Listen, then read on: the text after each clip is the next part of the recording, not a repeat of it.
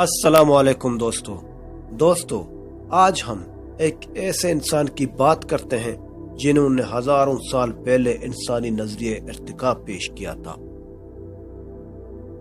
इस मुसलमान मुफक्किर का नाम था उस्मान अमरू बहरुल किनानी अल बसरी था। दोस्तों, अगर आपने अभी तक मेरे चैनल को सब्सक्राइब नहीं किया है तो अभी से सब्सक्राइब करें और बेल आइकॉन का बटन दबाएं। नजरिया इर्तिका इंसान की फिक्री तारीख के ताकतवर तरीन नजरियात में से एक है और जितना इसने इंसानी फिक्र पर असरात डाले हैं शायद ही किसी और नजरिए ने डाले हों।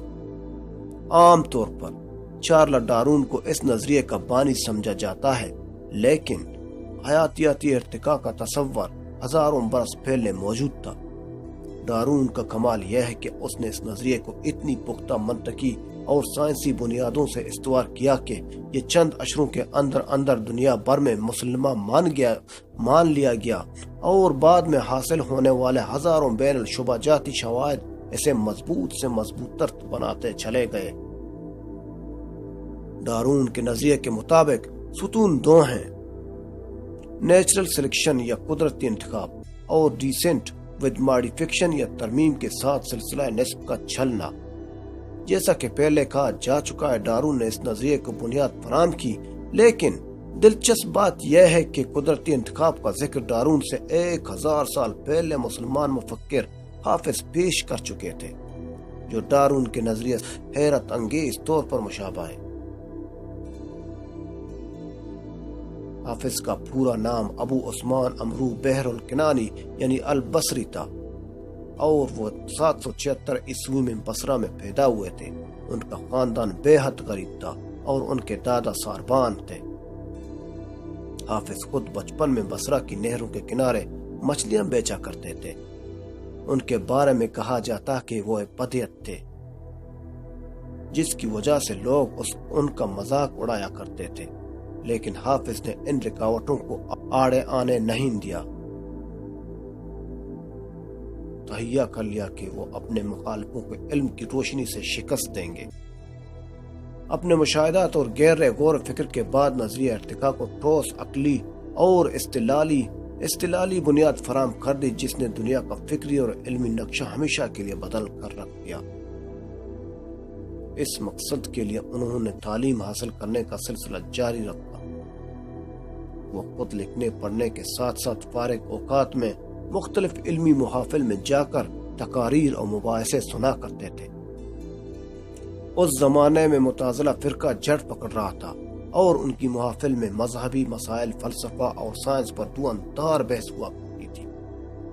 हाफिज ने बाकायदगी से उन महफिलों में शिरकत शुरू कर दी, जिससे उन्हें अपने नजरियात वज़ा करने में मदद मिली। ये अब्बासी सल्तनत के उरूज का जमाना था। अब्बासी खलीफा हारून रशीद और मामून रशीद का दौर कुतुब खानों, इल्मी बहसों और बैतुल हुक्मा के दौर। ये वो जमाना था जब दुनिया भर से इल्म फनून अरबी जुबान में तर्जुमा हो रहे थे और मुस्लिम दुनिया नित नए नजरियात से रोशनास हो रही थी। मुसलमानों ने अभी हाल ही में चीनियों से कागजात बनाने का कारामद फन सीखा था, जिसने इल्म और दानिश के मैदानों में इनकलाब बर्पा किया था। नौजवान हाफिज ने इस माहौल का भरपूर फायदा उठाया और मुख्तलिफ मतनू मौज़ूआत पर एक के बाद एक तनसीब पेश करना शुरू कर दी। जल्द ही उनकी शोहरत दूर और नजदीक तक पहुंच गई, यहाँ तक के खुद अब्बासी खलीफा मामून रशीद भी उनके कदरदानों में शामिल हो गए। बाद में खलीफा अल मुतवक्किल ने उन्हें अपने बच्चों का उस्ताद मुकर्रर कर दिया।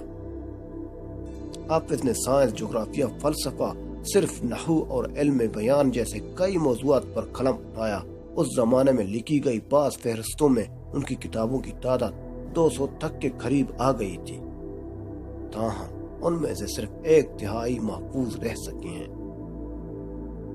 हाफिज की किताब अल बखला वकीलों की किताब 9वीं सदी के अरब मुआशरे का जिंदा मार्का है, जिसमें उन्होंने मुतअद्दिद लोगों को जीती जागती तस्वीरें पेश की हैं। जानवरों का इंसाइक्लोपीडिया। यूं तो हाफिज ने 200 से ज्यादा किताबें लिखी, जिनमें से इर्तिका के सिलसिले में किताबुल हैवान सबसे दिलचस्प है।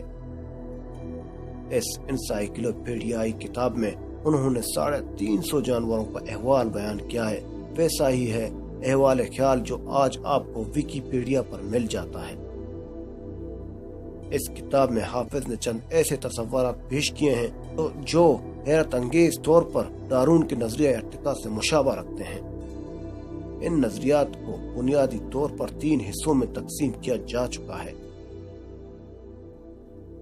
बका की जद्दोजहद। हाफिज लिखते हैं कि हर जानदार हर वक्त बका की जद्दोजहद में मसरूफ है। जानवर जिंदा रहने के लिए उससे छोटे जानवरों को खा जाते हैं, मगर खुद बड़े जानवरों की खुराक बन जाते हैं। यह जद्दोजहद न सिर्फ जानवरों की मुख्तलिफ नस्लों के दरमियान पाई जाती है, बल्कि एक ही नस्ल के जानवर भी एक दूसरे से मुकाबला करते रहते हैं। एक नस्ल की दूसरी नस्ल में तब्दीली। हाफिज इस बात के कायल थे जानवरों के इस एक नस्ल मुख्तलिफ अवामिल की वजह से दूसरी नस्ल में तब्दील हो सकती है। माहौलियाती अवामिल का असर। हाफिज का ख्याल था कि खुराक, माहौल और पनाहगाह ऐसे अवामिल हैं जो जानवरों पर असरअंदाज हो सकते हैं और इन्हीं के ज़ेर असर जानवर की खुसूसियात भी तब्दील हो जाती हैं।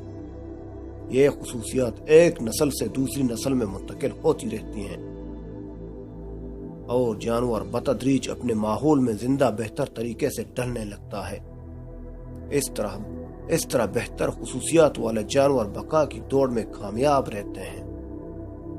हाफिज लिखते हैं कि जानवर अपनी बका की मुसलसल जद्दोजहद में मगन रहते हैं और वो हर वक्त खुराक हासिल करने, किसी की खुराक बनने से बचने और अपनी नस्ल आगे बढ़ाने के लिए कोशां रहते हैं। ये वही नजरिया जो बाद में बका इस्लाह कहलाया।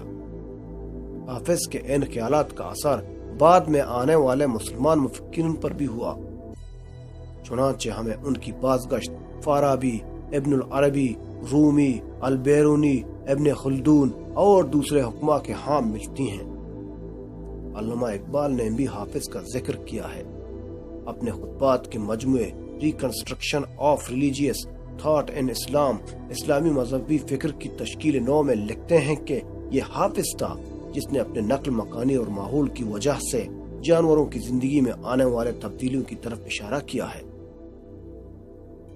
इत्तिका के बारे में मुसलमानों के ये तसव्वुरात 19वीं सदी के यूरोप में खासे आम थे।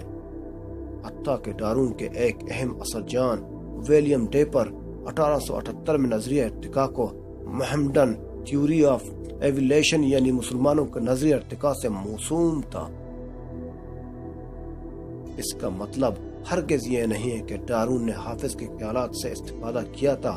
बाज़ वेबसाइटों पर लिखा है कि वो अरबी जानते थे, लेकिन इस बात की कोई शवाहद नहीं है कि वो इत्तिका के नजरिए के, लेकिन उन्होंने अपने मुशाहदात और गहरे गौर फिक्र के बाद इस नजरिए की ठोस अकली और इस्तदलाली बुनियाद पर फराम कर दी है, जिसने दुनिया को फिक्री व इल्मी नक्शा हमेशा के लिए बदल के रख दिया। ताहम हाफिज का ये एजाज जरूर है कि जो बात 19वीं सदी में डारून को सूझी, उसकी तरफ वो 1000 साल कबल ही इशारा कर चुके थे।